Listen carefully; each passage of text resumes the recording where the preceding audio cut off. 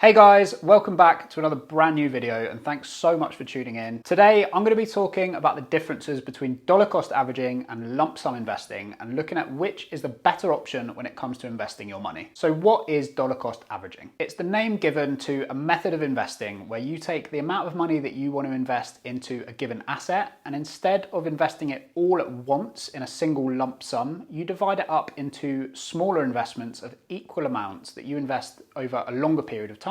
The aim of taking this approach is to help minimize the impact of price volatility on the assets that you're trying to buy. Prices do tend to rise and fall over time, so by investing smaller amounts that are spaced out over a longer period of time, the idea is that you'll then pick up some shares at a lower price and some at a higher price, but that will end up averaging out to somewhere in the middle. And in fact, most of us take this approach to investing within our retirement accounts, such as the 401k in the US or private personal pension plans in the UK. We choose a percentage of our monthly income that we want to invest into our retirement account, and then every single month when we get paid, that percentage of our paycheck gets transferred over to our retirement account where it's automatically invested into the investments that we've chosen for it. Like I said, this is a process that happens automatically, so we never look at the price of the investments within our retirement account to try and decide whether or not we should invest money that month. We just leave it to do its thing, and we know that on a set date every single month, that money is going to be invested for us. Over time, the average price per share or per unit that you invest in will either move up or down depending on which way the share price goes. But you won't be as affected by those swings in volatility because you'll have bought shares when the price was up as well as when it was down. So that should help to even things out. Looking at the S&P 500, when the pandemic first hit us back in 2020, it sent stock markets into a downward spiral, and that saw the S&P 500 drop from around about $3,400 in February to a low of around about $2,300 in March.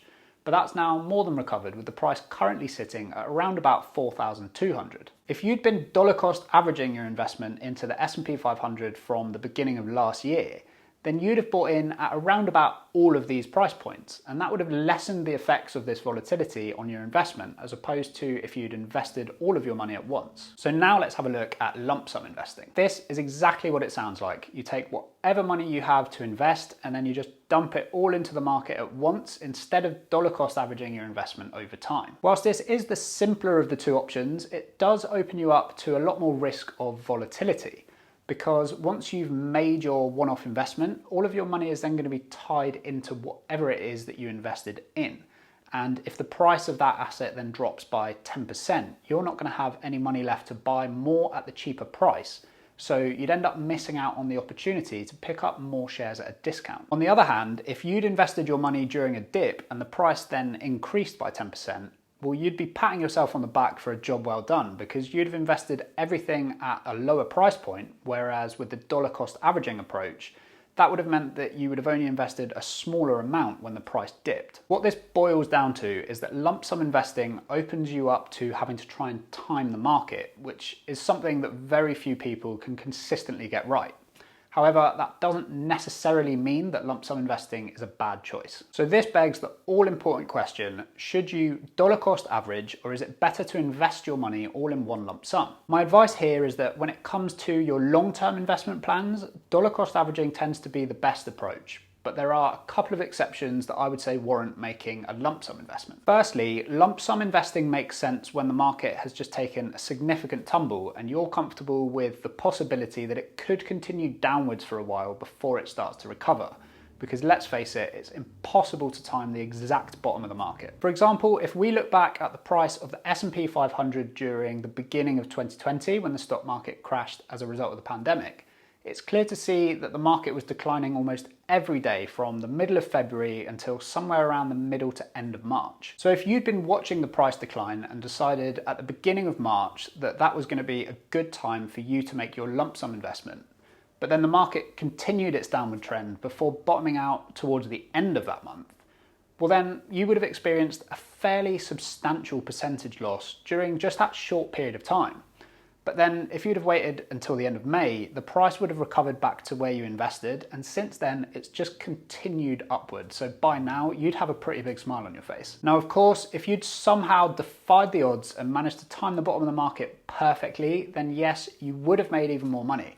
But in either case, a lump sum investment would have significantly outperformed a dollar cost averaging approach in this scenario. Secondly, it might make more sense to do a lump sum investment if you're sitting on lots of cash. The unfortunate reality is that the interest rates on offer to savers today are just terrible. So if you've got a large amount of cash sitting around in a bank account, which is earning you basically nothing in interest, then you're probably better off making a lump sum investment with it. And I'd always recommend putting any lump sum investments into a major index fund rather than trying to pick individual stocks to invest in. There's a lot more risk involved in individual stock picking, and you're far more likely to lose money investing in individual companies than you are investing in a major index like the S&P 500. The third situation that I would favor lump sum investing over dollar cost averaging is if you come into a large chunk of money because of a one-time event, like a bonus or an inheritance. As they say, time in the market beats timing the market. So the longer that money is invested for, the more time it has to compound and grow even more, as opposed to leaving it in cash and trying to invest everything at the bottom of the market,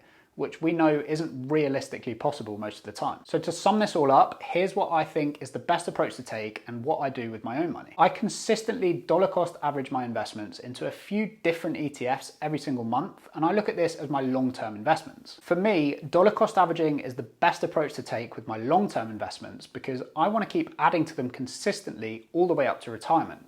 And investing a percentage of my income this way every single month is going to help me to build up a nest egg for the future. Then anytime one of the events I mentioned earlier takes place and presents me with an opportunity to invest a lump sum, I take advantage of it and make a lump sum investment. I've found that consistently dollar cost averaging every single month and then sprinkling in a couple of lump sum investments whenever I get the opportunity to do so has been a good approach for me to take, and so far it's paid off. So there you have it. I really hope you learned something new here, and do feel free to leave me a comment down below and let me know what you thought of today's video. Also, don't forget to give the video a thumbs up. It only takes a couple of seconds to do, but it really helps me out and it helps the channel to grow and reach more people too. I post a brand new video right here on the channel every single week, so if you want to be among the first to be notified when a new video drops, make sure you hit the subscribe button and also turn those notifications on by clicking the bell icon down below, and you're then going to be notified as and when new videos are released. Thanks so much for watching. I hope you have an amazing day, and I will see you right back here next time.